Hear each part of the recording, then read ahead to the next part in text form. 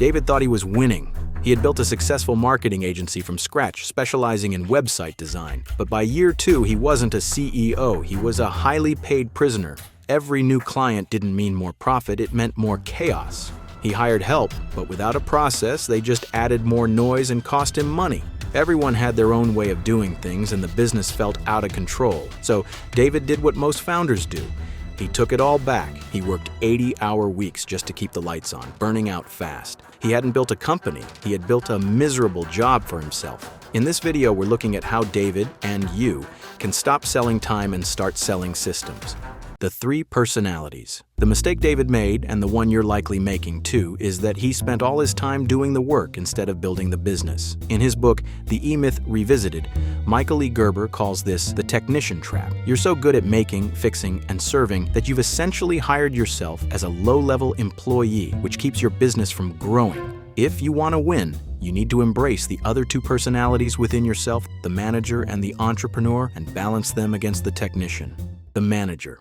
Most of you are terrified of firing people, but think about the last person you let go. It wasn't their fault they failed, it was yours. You hired them, told them, do your best, and then got mad when they didn't deliver. Consequently, customers received different experiences which confused them, so they didn't want to do any business with you. The manager's job is to prevent this by making sure things are handled the same way every single time. This ensures your customers always have the specific experience or feeling you designed for them, as we talked about in the last video. Furthermore, they don't hire stars. They're too expensive anyway, and some of them have bad egos. A real manager builds a machine where average people can get elite results. How? By being a dictator about the process. Someone who organizes, controls, and runs the business using clear systems, creating simple guides, manuals, or checklists, and updating them when needed so everything runs smoothly even when you aren't there. Yet, if your business breaks because one key employee quits, you don't have a business, you have a ticking time bomb. But as long as you have people with the right skills who can follow the steps you gave them to complete the job, you create a place where failing becomes difficult.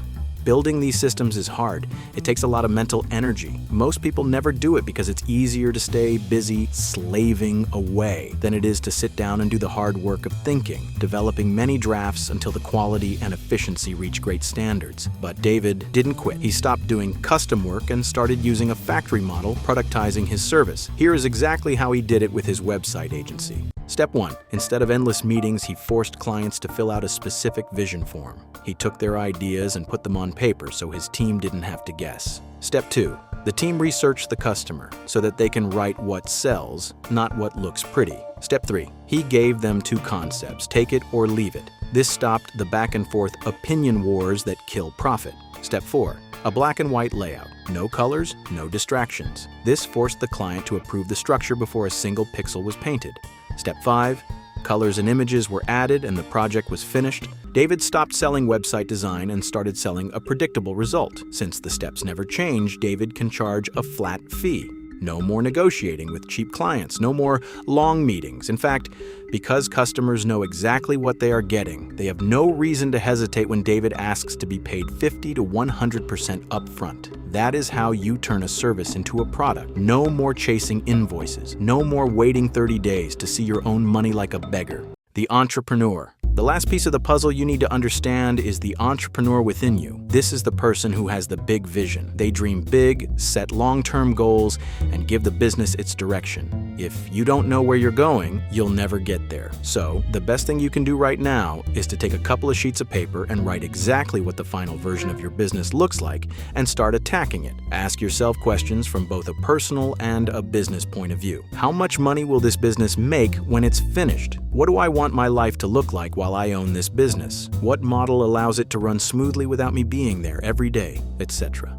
David's story is a warning. He only escaped being a high-paid prisoner the day he decided to be the owner, not the engine. Most of you will finish this video and do absolutely nothing. You'll choose the busy work because it's easier than the mental grind of building a system. But realize this, if you don't build the machine now, you don't own a company. You own a soul-crushing job where the boss is a jerk and the hours are terrible. You're just an employee with a fancy title and a life that's passing you by.